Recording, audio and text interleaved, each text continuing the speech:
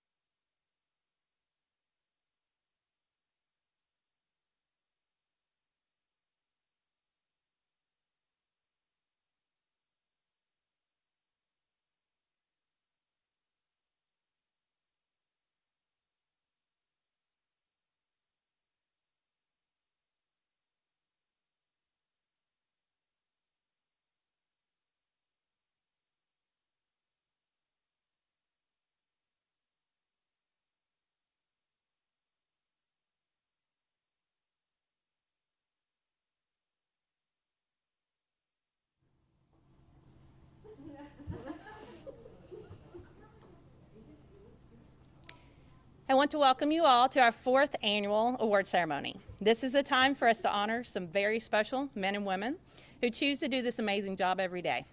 These people choose to help others many times over their own personal want and needs. They work holidays, weekends, nights, and even through pandemics.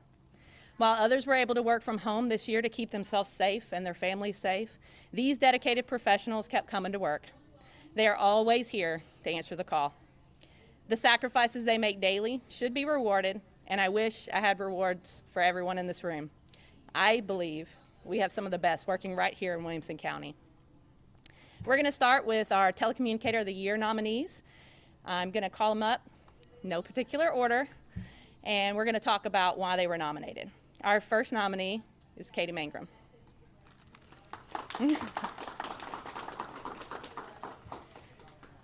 Telecommunicator Mangrum always comes into work with a smile on her face and exhibits a positive attitude. She's a calm demeanor, is polite, and exemplifies the characteristics of a team player. Although her training was delayed due to the needs of the center, she has demonstrated her desire to learn and continue to grow within her position. Telecommunicator Mangrum achieved the goal of becoming fully trained on all disciplines earlier this year. She has volunteered to work over numerous times to ensure trainees have the ability to continue training and prevent coworkers from coming in on days off. Ms. Mangrum has received multiple entries in Guardian tracking to include teamwork, initiative, peer recognition, and supervisory recognitions. She's been commended for her good attitude, willingness to help and learn, being pleasant and professional on the radio, working well with peers, even during high-stress incidents, cleaning the dispatch center, having situational awareness, and always providing teamwork.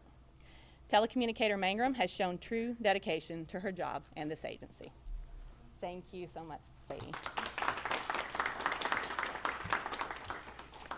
Our next nominee is CTO Jessica Adcock.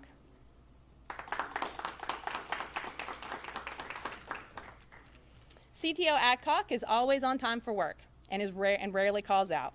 She comes in every day with a positive attitude. CTO Adcock is also a valued member of our telecommunicator emergency response team. This team is designed to provide support and communications during or after disasters or events. CTO Adcock is always on the ready to assist with this effort.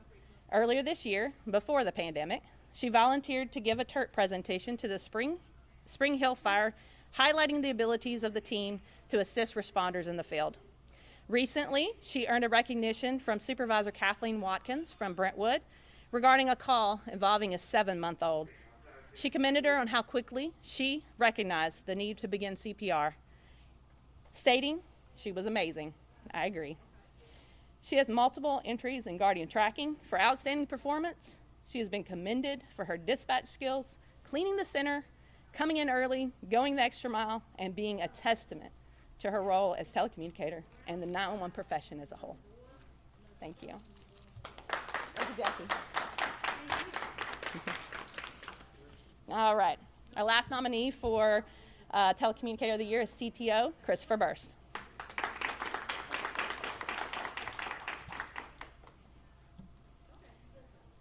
CTO Burst has a passion for the profession that cannot be ignored. He is a strong team player, always offering to help others, whether it's signing up for overtime to come in to cover a shift for someone who needs off, or helping with a call for service. In fact, this year, he volunteered to work Christmas Day so a mother could be home with her family. These people mean so much to me. I'm sorry. He's constantly working on his development. Our goal here in our center is to have all supervisors and CTO achieve the ABCO Registered Public Safety Certificate. Our goal sometimes outreach our budget. So we have to stagger these courses so that everybody gets a chance to take them. Knowing it might take some time for us to offer this course, CTO Burst went and applied for a scholarship through ABCO and was awarded that scholarship. He was able to start this course in November. CTO Burst is also an active member of our TERT and procedure committees. Using the knowledge he has gained from these committees and training, he created and presented a portable and mobile radio to all of our telecommunicators and our supervisors this year in our in-service. CTO Burst is also one of the few team members who have been selected and trusted as an OIC in the absence of supervision. CTO Burse has received multiple acknowledgments in Guardian, to include peer and supervisory recognitions. He has been commended for his teamwork, initiative. He has numerous outstanding performances. CTO Burse is a true professional serving the community as well as the 911 industry. Thank you, Chris.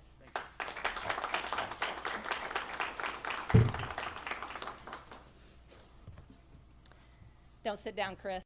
You got Telecommunicator of the Year. Thank you, Chris, for everything you did for us. Thank you. Thank you. Now we're going to move on to nominations for CTO of the Year. We're going to start with CTO Kelsey Barnes.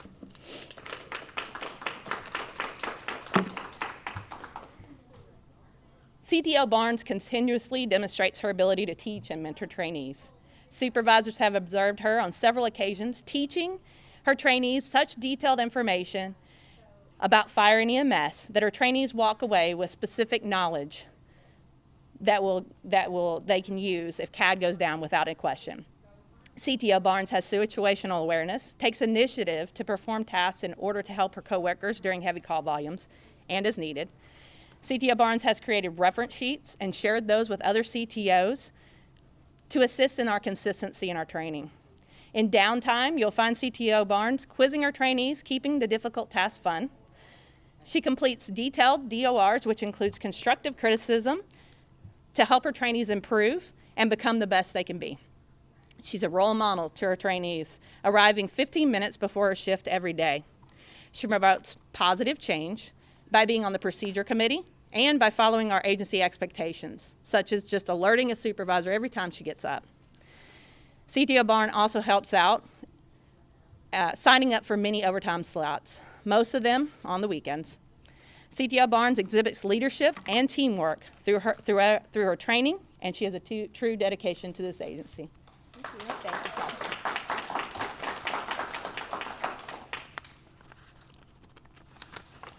Our next CTO nominee, you've already seen her once, Jessica Adcock.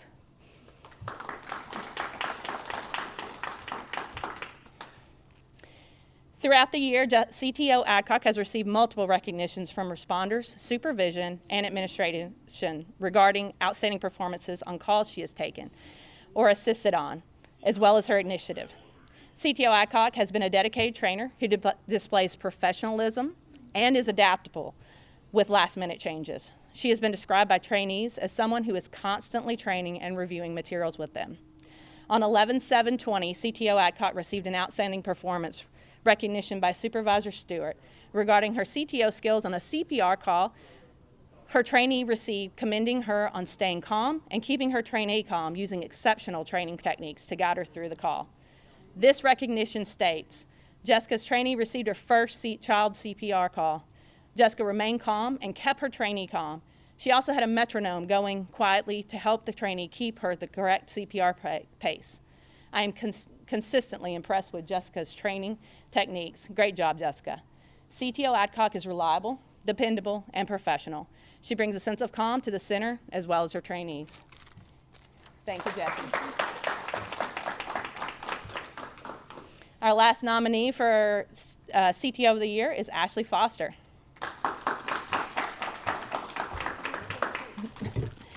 CTO Foster has performed exceptionally well, not only training her peers and new hires, but also earning her complete training for every channel while doing that. She continues to train to this day, making sure our veterans and our new hires are completely well-versed in law disciplines. She is knowledgeable about the workings of the law channels and points our staff in the right direction. CTO Foster is also a valued member of our TERT and CARES Committee. She has been dedicated in her commitment to our TERT team, volunteering, sometimes last minute, to cover events. CTO Foster has been recognized by her supervisors and peers alike. She has been commended for exemplary radio performance during a pursuit, situational awareness, teamwork, and exceptional performance during storm events. CTO Foster provides the resources necessary to assist her trainees in meeting our shared mission of bringing calm to chaos, providing clarity to confusion, and restoring order to disorder. Thank you, Ashley.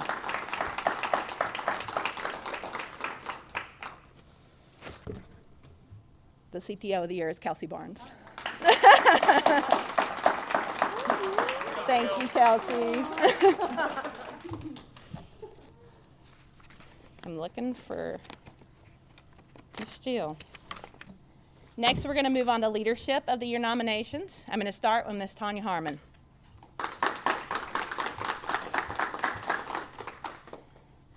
Through her short time of having the title of supervisor, Supervisor Harmon has proven time and time again that she can be relied on to accomplish assigned tasks in a timely manner while working well with others. This is evident by the many accolades she has received from responders, peers, subordinates, and administration.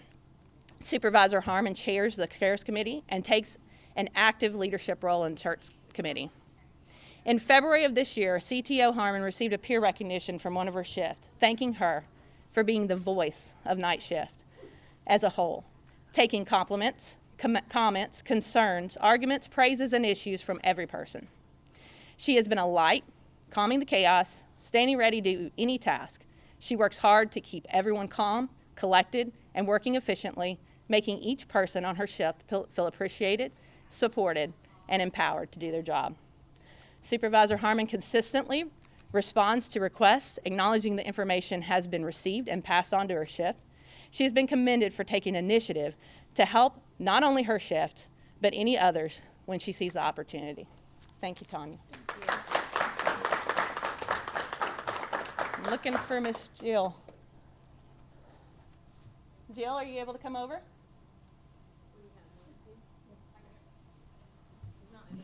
Sorry, 911 does not stop for awards.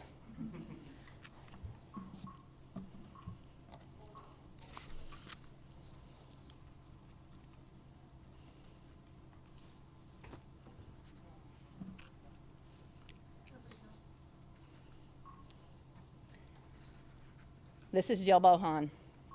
With 2020 being a year of testing leadership ability, our next supervisor faced adversity but stood strong in the face of it. In 2020, Jill has been a steady hand for our center and her shift specifically. She is observant to her team members and individual capabilities and deficiencies. She strives for her team to reflect a professional atmosphere and is quick to step in if any unprofessional conduct starts. All she has to do is say the word "hey," and people understand what she is saying without saying it. She works with others to ensure shifts are covered if someone wants to take the day off or has an opportunity to attend or even teach a class. Jill also gets to know each of her team members on a personal level and also their family members. She celebrates birthdays on her shift by baking them a cake, which are amazing, throwing impromptu parties during work, and she notices body language of our telecommunicators and always tries to encourage them if they are having a day off. In March of this year, Jill went through the most difficult and painful experience imaginable. She lost her husband after his battle with cancer. Jill has always been an encourager, but now she needed the encouragement from her team, and they stepped up. Several individuals on days and nights pitched in to help her with whatever she needed, whether it was cooking, moving appliances, or just being there for her. After a short time away, Jill was back leading her team. Though 2020 has had its challenges, Jill Bohan continued to serve our center just like she has for over 32 years. Thank you, Jill.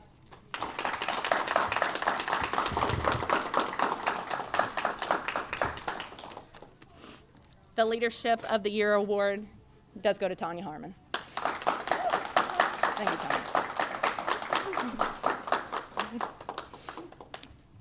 All right, this usually concludes our awards, but this year has brought some unique challenges, so I have a couple more awards to give. Bear with me. This year, we not only faced a pandemic, we lost our leader. Steve Martini moved on as God directed him to new challenges. With him leaving, we could not just close up and shut down. We needed to stand up and face the challenges ahead of us. So many of these great people you've heard about today did just that. But there was a few more behind the scenes that need recognition too. Kathy Burridge, can you come up here?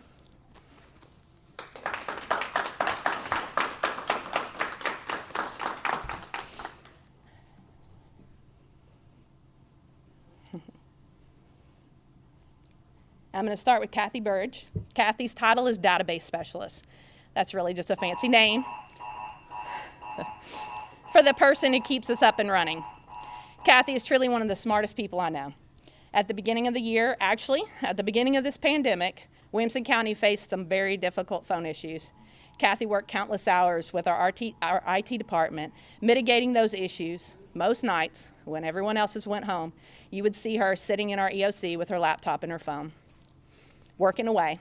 During the pandemic, Kathy was faced with millions of calls requesting updates to our CAD. She received calls from responders asking for response changes and internal partners asking for help, including myself. During the year of change, when God directed me into this position, Kathy has selfishly helped me navigate my path and took time to explain things, sometimes multiple times until I got it. For that and for so many other reasons, I would like to present her with this award of excellence. Thank you, Kathy.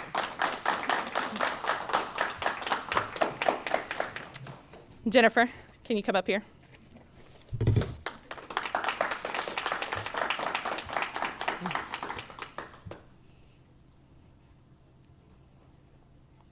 They didn't know I was doing this. Now I'd like to talk about Jennifer Swindeman. Jennifer is our operations manager. I call her the supervisor's supervisor, but really she is one of the wheels that keeps our center moving. For most of the year, Jennifer was our training and QA coordinator. You may be wondering how we could even achieve training during a pandemic, but we not only trained, we hired new members to our team during this event. Jennifer played an integral part of making all that happen. While doing everything she could to keep us moving forward, she worked alongside with some of our other team members, our new training and QA coordinator, Jonathan Hobson, CTO Burse, CTO Kaysen, and many others to submit our application for agency training program, which I can proudly say was submitted just a few short days ago. No matter what the outcome of that, I know Jennifer worked so hard to achieve this honor for our center, and it should be celebrated. Jennifer not only works within our center to make it better, she also works outside to make the state better. This year, Jennifer was appointed president of our local APCO chapter, a job she didn't expect to have, but she took it on with grace. When I passed the torch of operations manager on to her, she stepped in and got right to work. Jennifer, like Kathy, has also selflessly helped me navigate through the challenges of my new position, using relationships she has built through her own efforts to help our center succeed. For these and many other reasons, I would like to present her with this award of excellence. Thank you, Jennifer.